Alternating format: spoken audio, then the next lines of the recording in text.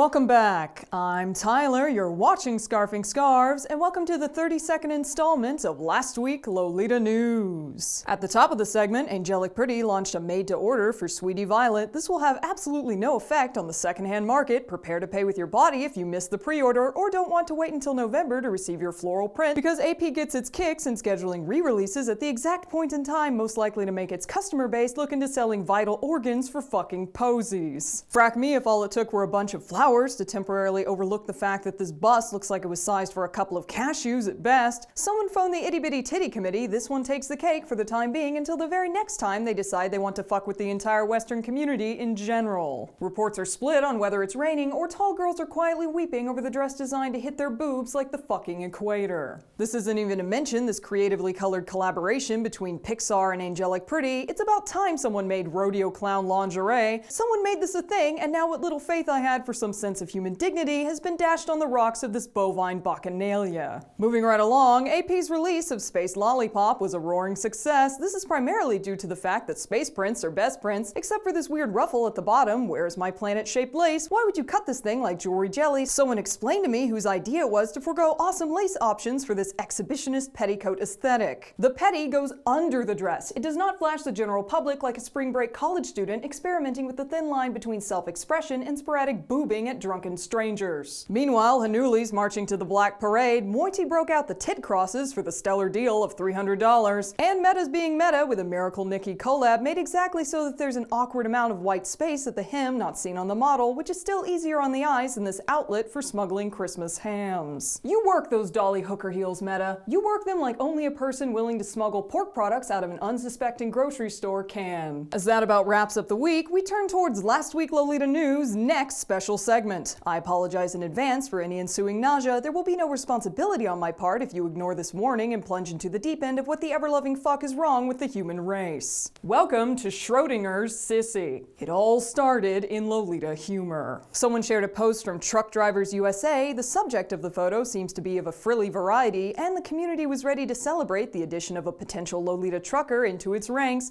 until about 4 comments in, when the identity of the individual was drawn into question with a single comment. Is this Victoria? A question that was answered rather quickly with the linking of their Instagram, and seconds later with a picture of a fully grown man's ass. Turns out Victoria was more of a victor, and by victor I mean man who dresses in women's clothing for the sexual excitement of a humiliation fetish associated with being a man in a frilly satin dress. This is called being a sissy. Congratulations, here's one more for the record books on things humans do that should get us recycled as a concept. Please note that this is not a trans woman. They identify as male. I do not have time for your hand-wringing bullshit right now. Hang on to your hats, it only gets worse from here. General nausea ensued in the comments section over too much man butt for Easter morning, and things took a turn for the creepy as accounts came forward of him taking pictures from Lolitas without their permission, adding sexual and or disturbing captions, and refusing to remove them on request without at least one nuclear shit fit per message. This is a subject that came up quickly upon Victor showing up in thread to confirm that it is indeed him in the picture. One Lolita came forward to insist he delete the pictures he stole from her, at which point he disappeared without response. At least until someone repeated that he is a sissy, and he popped back into existence to say, I am not a sissy, with an American flag emoji. With a social media presence that amounts to sissy dress, sissy dress, sissy dress, post admitting that they buy sissy dresses. Sometimes you just have to let your sissy out. Sissy dress, adult sissy baby dress,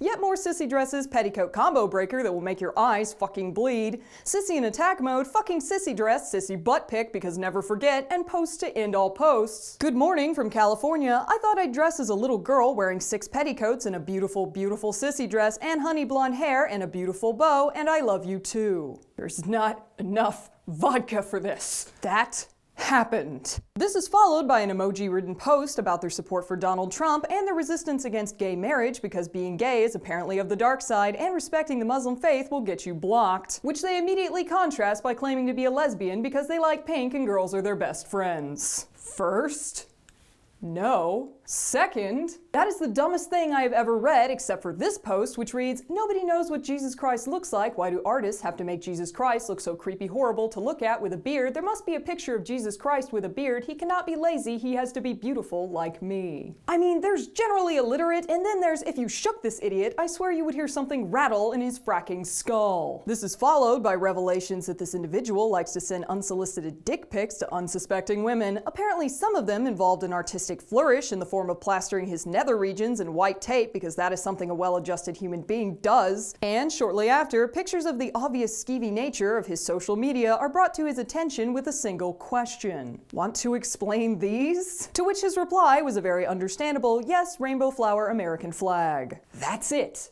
That's the entire explanation. Of all the things you have seen here today, that is what you get. Because they fucking disappear from the thread right after. I don't fracking know where I supposed to go scar some other unfortunate soul with an unnecessary amount of unrelated emoji and sentences that have the sensible trajectory of a drunken parakeet. Fun fact, this is the sissy dress they were wearing in the picture. Never trust anything you see from a distance, and if in doubt, remember the old adage. It looks good from afar, but it will send you unsolicited peni occasionally decorated with white tape while wearing the equivalent of a flashing sign of neon degeneracy. Because that's all the time we have for tonight. Thank you for watching Last Week Lolita News, and be sure to tune in next week when we tackle the tough questions like, is emoticon abuse a crime? Should it be prosecutable by immediate ejection into the outer rim? And how many people want to man the catapult? Next time on Last Week Lolita News. This has been Tyler, you've been watching Scarfing Scarves, and before you sit back and consider the implications of a sissy that claims not to be a sissy while publicly admitting to being a sissy,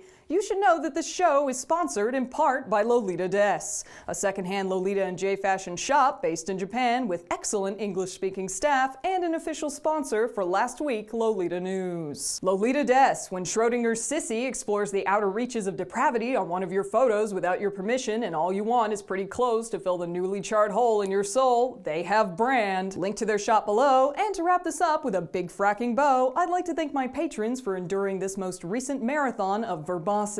I'm hyped to see his number at 100 strong. And should you like to join the ranks of people balancing on the thin line between reason and insanity, generally lack the ability to distinguish between the two, or just wonder what happens when you let some wordy prat go on for far too long without suitable repercussions, head over to patreon.com/lastweeklolitanews for more content that cannot be guaranteed not to cause imminent and/or lasting trauma. Thanks again, guys, and I'll catch you next time on Last Week Lolita News.